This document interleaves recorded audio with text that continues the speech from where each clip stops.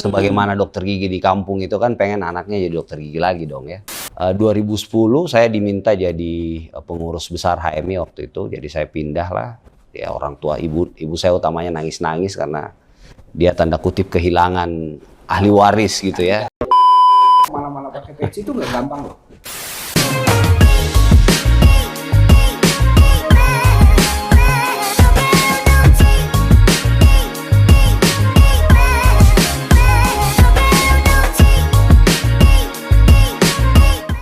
Hai, halo, JPP Talks bersama Windy Septiana, podcast bersama jaringan Pemret Promed. Hari ini Windy bersama dua cowok keren. Yang pertama moderator kita, Mas Hadi Suprapto. Halo Mas Hadi. Halo. Keren. Selaku Pemret Harian Haluan.com. Karena dibilang keren jadi jaim. Dan juga sekjen ya Mas ya, jaringan Pemret Promedia.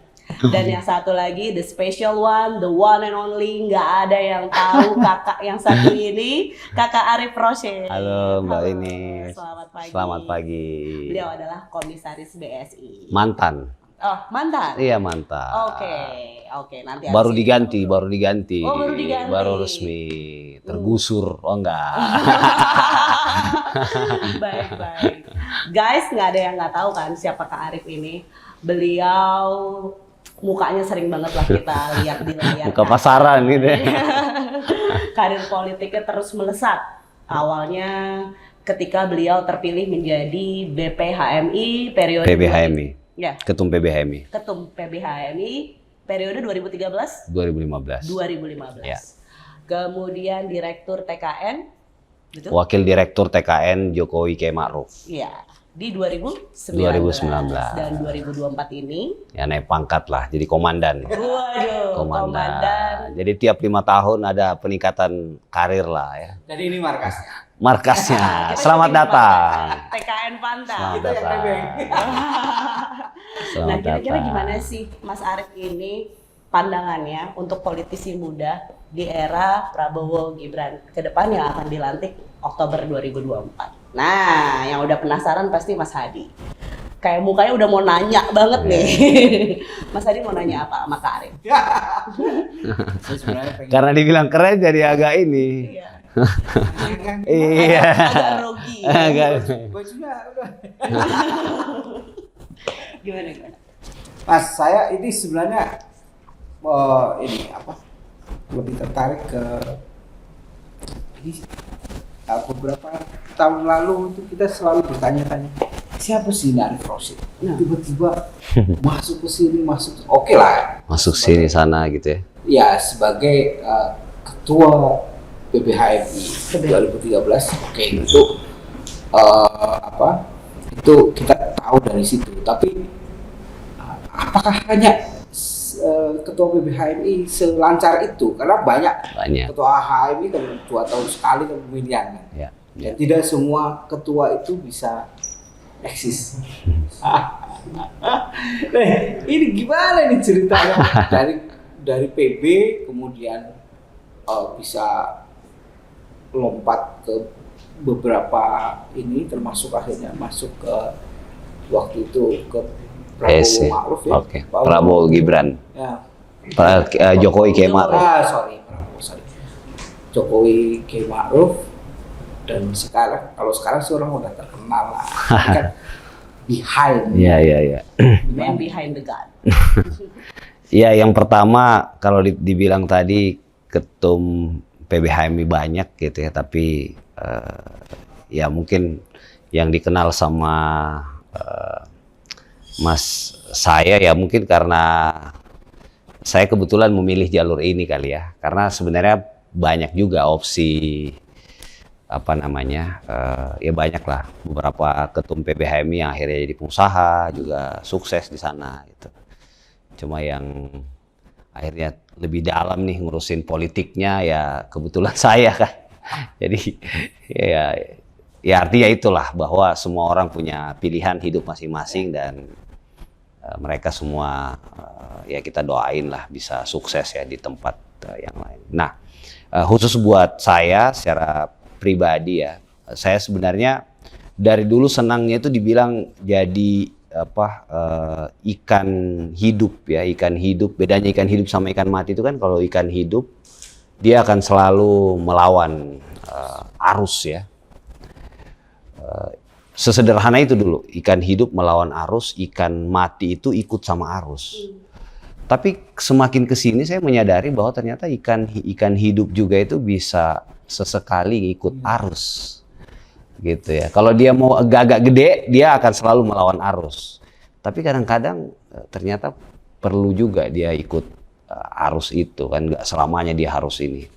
Dan itu juga yang kan kalau mau dipikir-pikir ya, aku tuh dokter gigi ya, lulusan dari Makassar ya. Terus tiba-tiba pindah ke Jakarta 2010. Itu buat orang tua saya waktu itu ya, utamanya ibu ya, karena ibu saya kan dokter gigi ya. Sebagaimana dokter gigi di kampung itu kan pengen anaknya jadi dokter gigi lagi dong ya. Meneruskan. Ya udah punya warisan lah kita ini sebenarnya, ahli waris ya kan. Ahli waris. Ahli waris itu gedung sama pasien-pasiennya kan. Betul. Jadi kalau mau hidup enak sih ya jadi dokter aja waktu itu. Cuma 2010 saya diminta jadi pengurus besar HMI waktu itu. Jadi saya pindah lah. Ya orang tua ibu saya utamanya nangis-nangis karena dia tanda kutip kehilangan ahli waris gitu ya. Pindah gitu 2010, kemudian 2012 saya nyalonin diri jadi ketum PBHMI, alhamdulillah terpilih. Di kongres yang tidak juga mudah, karena kongres waktu itu saya lawan incumbent, situasi HMI-nya waktu itu pecah 3, jadi kandidatnya banyak ya.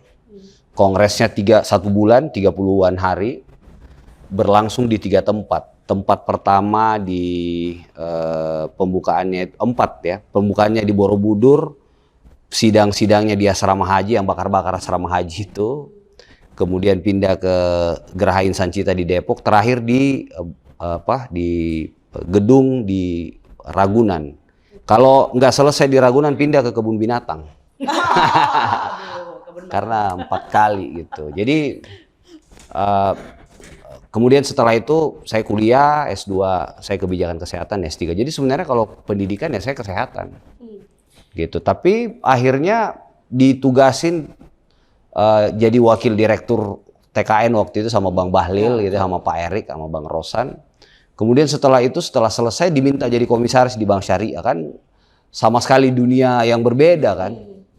Jadi diminta lah saya ikut tes 3 kali, manajemen resiko 2 kali, tes syariah 1 kali, sama fit and proper test di OJK. Alhamdulillah agak botak juga belajarnya, tapi alhamdulillah lulus juga.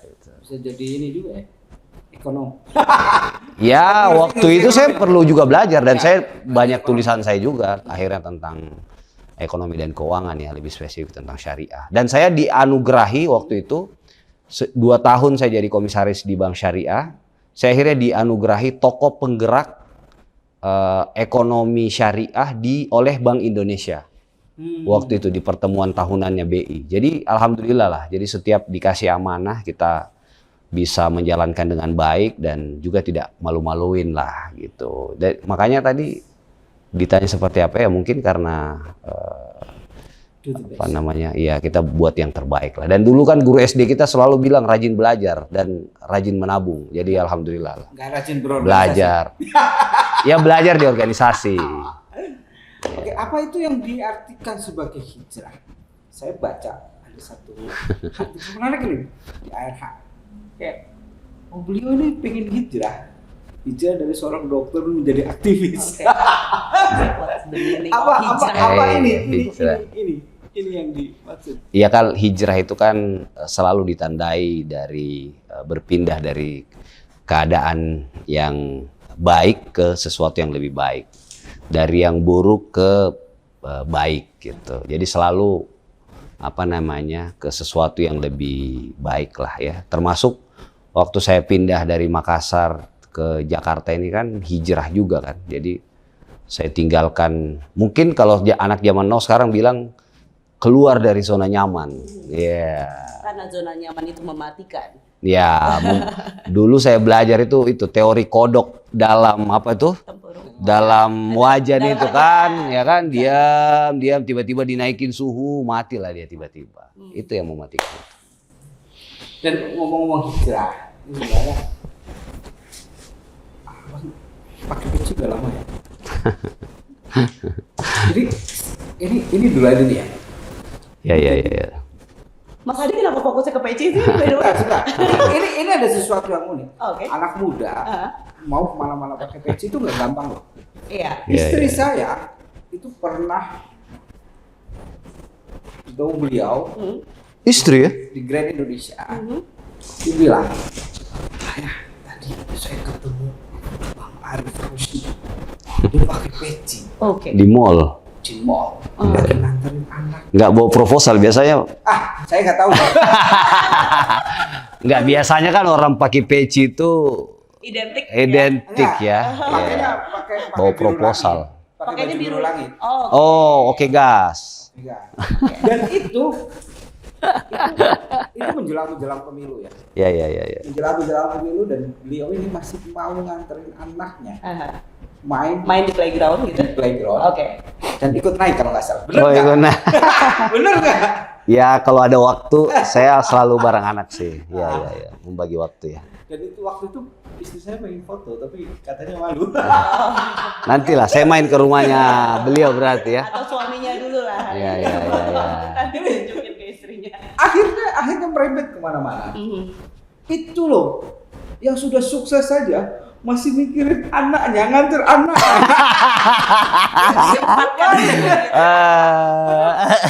Menjelang pemilu loh. Oh iya. Kalau nggak salah bulan-bulan akhir Januari atau awal Februari itu. Iya. Itu sebenarnya kan waktu yang sangat luar biasa ya. Iya. Padat-padatnya ya. Dan beliau masih betul nggak sih sebenarnya? Betul. Apa jangan-jangan salah? Iya, Kak. Jadi ya sesempit apapun waktu, kalau ada waktu ya tadi ya sesempit apapun itu ya selalu luangkan waktu buat keluarga lah. Apalagi anak saya 4 laki semua. Wah, luar biasa. Gitu. Itu kalau saya nggak ngurusin kecil, gedenya ditonjokin saya. Oh iya benar. Gitu. Jadi ya bagi saya satu kesuksesan juga tuh kalau kita ngurus yang sesuatu yang lebih kecil sukses gitu ya. Ya mudah-mudahan sesuatu yang lebih besarnya bisa lebih sukses. Amin. Gitu. Makanya kan keluarga ini kan miniatur sesuatu yang besar itu ya. Jadi ya saya sebisa mungkin ada waktu luang, sejam 2 jam, kadang-kadang janjiannya di mall gitu ya. Janjian di mall atau misalnya saya ada meeting ketemu orang di mall, lagi cari suara nih di mall gitu kan. Nah, ada waktu-waktu jeda 1-2 jam aku minta istri ajak anak-anak. Gitu. Aku tahu fokusnya sih. Cari suara di mall. Iya kan biasanya kan ketemu orang, iya dia pas lagi orang partai atau relawan yang mau pindah waktu itu kan. Oke. Iya kan. Mau pindah ke 02, 01, 03 kan kadang-kadang kita mesti menyesuaikan kan. Iya. Bang di mana? Di mall. Ini. Oh ya udah saya datang. Nah, makanya ada beberapa yang akhirnya pindah kan dukungan di sini. Ya. Nah, mungkin itu lobbynya di mall. Gitu. Sorry. Suasana dingin ya kan. Makan enak. Pecinya nih. Oh, peci. Mas Adi kan nanya peci. Ini kaitan sama mall tadi karena istri saya langsung langsung ya notice ya. Muda, pakai peci itu kan nggak banyak.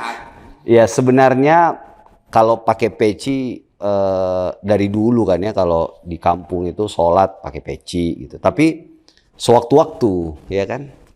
Terus belakangan 2013-15 waktu jadi ketum itu kan setiap acara-acara formal aja kan pakai peci hijau hitam, terus ada renda-rendanya apa sih istilahnya itu ya.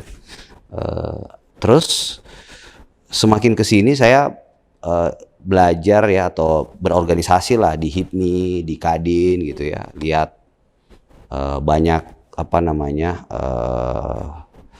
ketemu banyak orang lah gitu kan.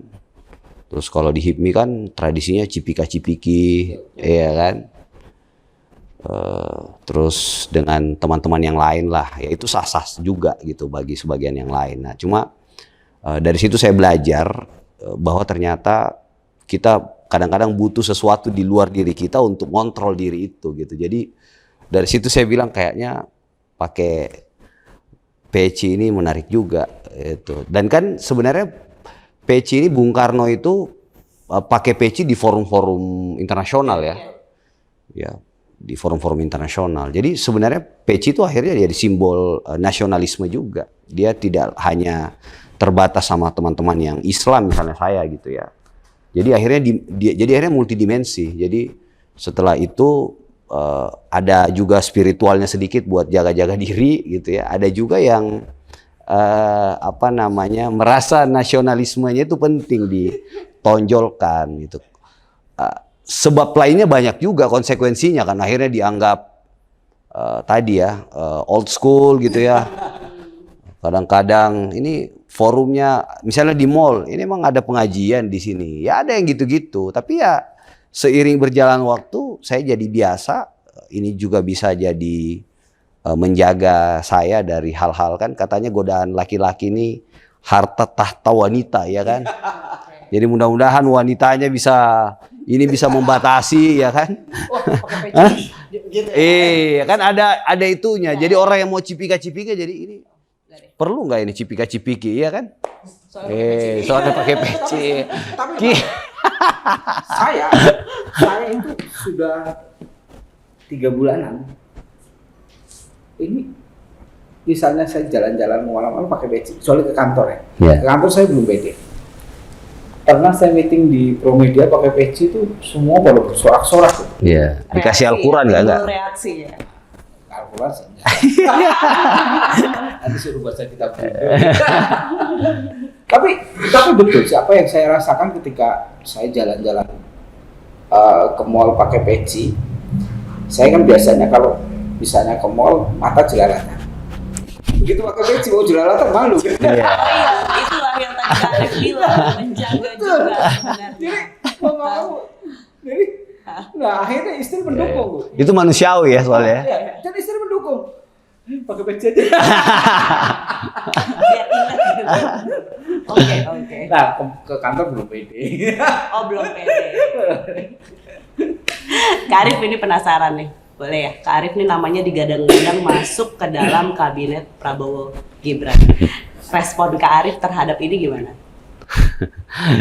Ya biasa aja sih ya. Oh, biasa aja, baik. Biasanya tuh gini, karena sebenarnya sejak 2019 ketika jadi tim sukses Jokowi Kiai Ma'ruf itu juga banyak sekali kan yang setiap daftar nama yang ini selalu ada. Dan waktu itu karena baru kali ya. Jadi kan merasa wah, kalau perlu kita viralin, kita tambah lagi ya kan? Gitu waktu itu 2019.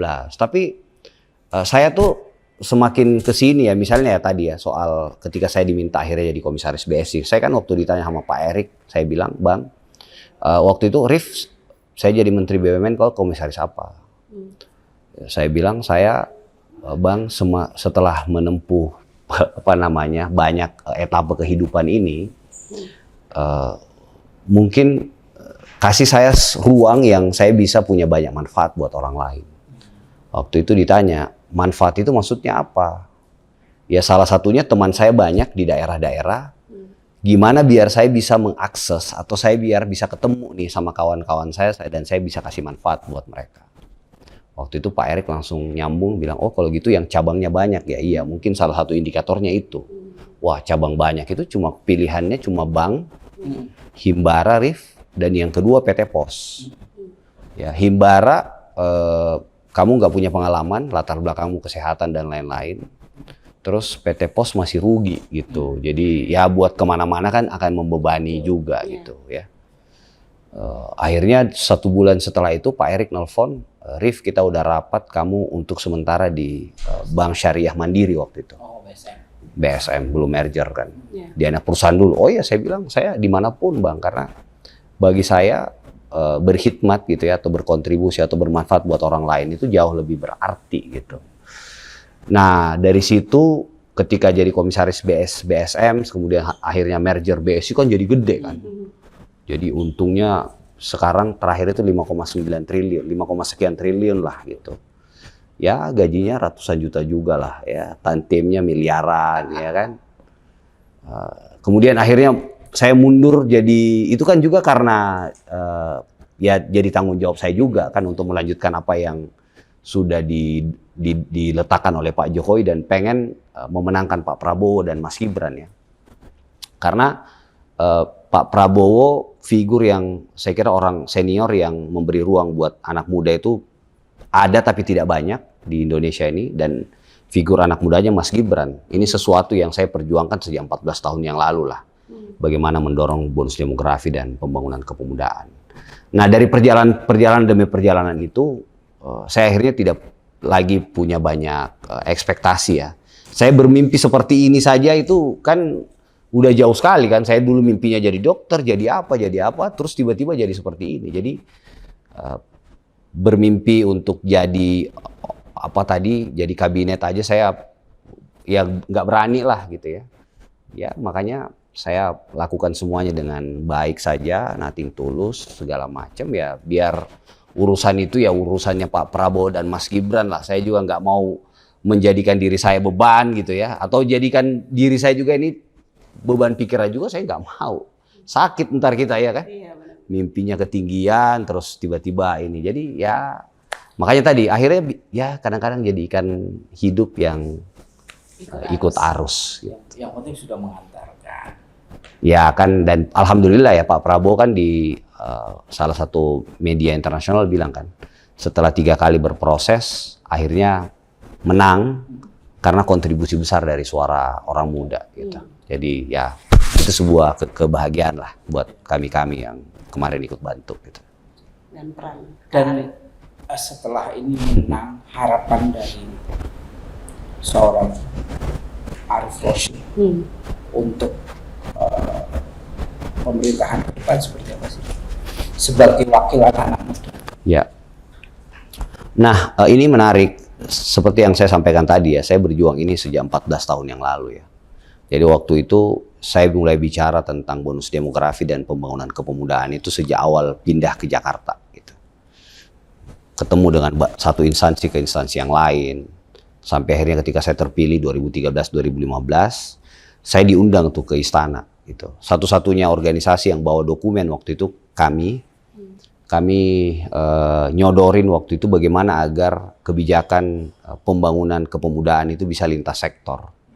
Jadi selama ini kan orang mikirnya urusan pemuda ini cuma urusan Kementerian Pemuda dan Olahraga. Padahal urusan pemuda ini lintas sektor karena jumlahnya sedemikian besar kan.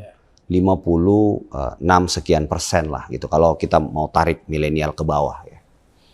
Nah artinya apa? Mendekati orang muda ini tidak lagi menjadi beban satu pihak di Kementerian Pemuda dan Olahraga misalnya atau di Dinas Pemuda dan Olahraga, tapi ini harus menjadi tanggung jawab bersama nih. Karena jumlah semakin besar, kalau tidak kita kanalisasi, itulah bonus demografi itu akan menjadi the window of disaster kan. Dia tidak menjadi the window of opportunity. Makanya ketika Pak Prabowo menggandeng Mas Gibran gitu ya, Raka Buming Raka, bagi saya ini adalah kesempatan untuk memperluas ruang buat orang-orang muda ini bisa berkontribusi buat bangsa dan negaranya. Karena tadi 50% sudah sedemikian banyak jumlahnya, kalau tidak ada representasinya, maka kebijakan-kebijakan itu juga tidak akan bisa berpihak tanda kutip kepada orang muda. Jadi sekarang yang kita dorong adalah bagaimana kepemimpinan Pak Prabowo dan Mas Gibran ini yang didukung oleh sedemikian besar orang muda, itu juga harus kebijakannya berpihak kepada orang-orang muda. Keberpihakan itu tidak mungkin ada kalau nggak ada perwakilannya atau representasinya. Makanya saya sesederhana berpikir ya, kalau presidennya 50% senior, 50% wakil presidennya orang muda, maka ke bawah-bawahnya ya syukur-syukur kalau bisa nyampe 50% juga. Misalnya kepala daerah yang paling dekat ini.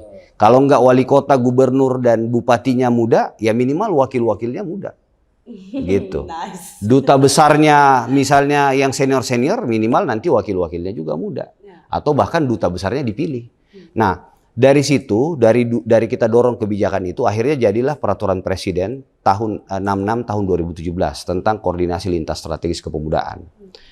Kemudian 2019, kalau kita masih ingat, ketika Pak Jokowi melantik Mas Nadiem Makarim, kan ada harapan buat orang muda. Setelah itu Mas Dito Aryo Tejo, wakil menterinya ada Mbak Anggela, ada Jerry Sambuaga, ya. Setelah itu kan staf khusus presiden milenial misalnya. Saya di BUMN, Pak Erick Thohir itu concern betul ya, 10% alokasi buat direktur komisaris buat anak muda. Jadi sekarang ini mindset elit kita sudah menuju ke sana. Nah, kita pengen memperluas lagi, menambah lah kuota itu gitu. Apalagi kan tadi kontribusinya besar.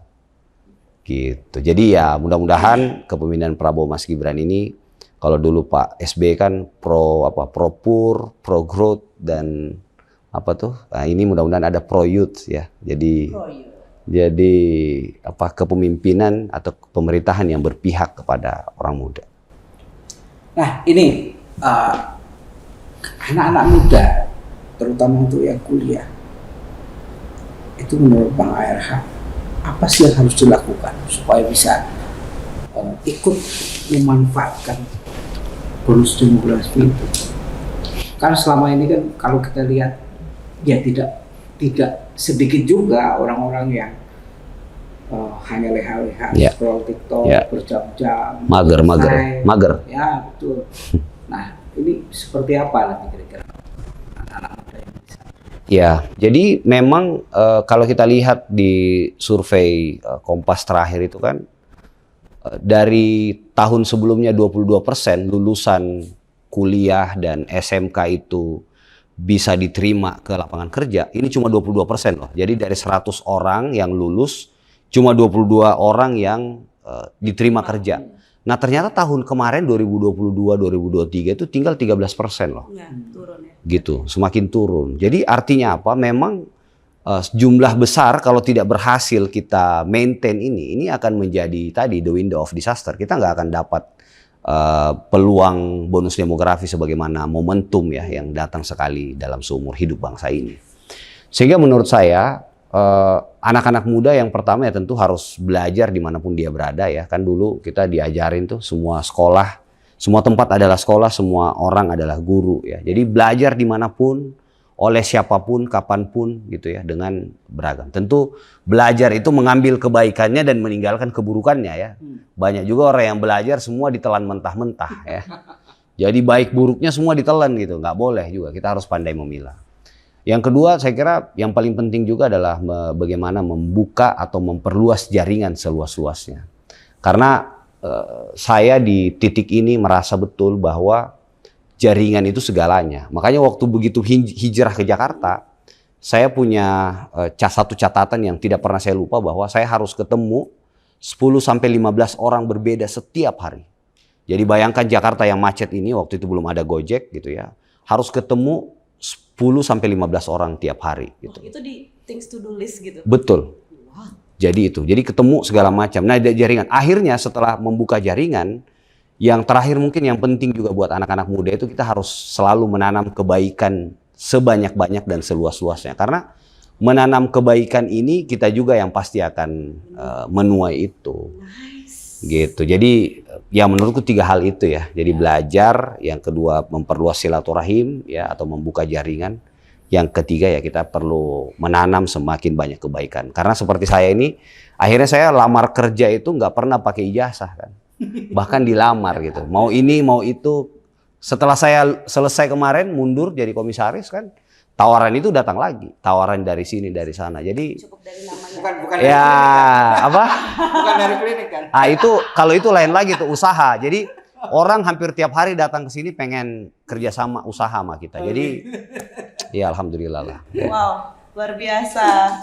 Sebagai kaum muda nih, padahal udah gak muda itu lagi. sebenarnya catatan terakhir itu yang paling menarik. Iya. Karena betul anak-anak muda sekarang ini kadang-kadang kurang Agak khawatir gitu ya. Kalau saya berbuat baik nanti dampaknya buat orang lain. Padahal nggak ada itu. Kita yang nanam, kita yang tua. Overthinking sendiri sih mereka biasa. Overthinking. Gensi banget ini. Iya. jaringan adalah segalanya. Nice. Nah, Dapat banget nggak sih isi podcast hari ini? Thank you ya. Kak. daging. Mudah-mudahan daging semua. Ya tulang dikit ada lah, biar jadi konro. Oke, Mas Adi. Thank you. Bye. Bye dulu boleh. Oh, bye.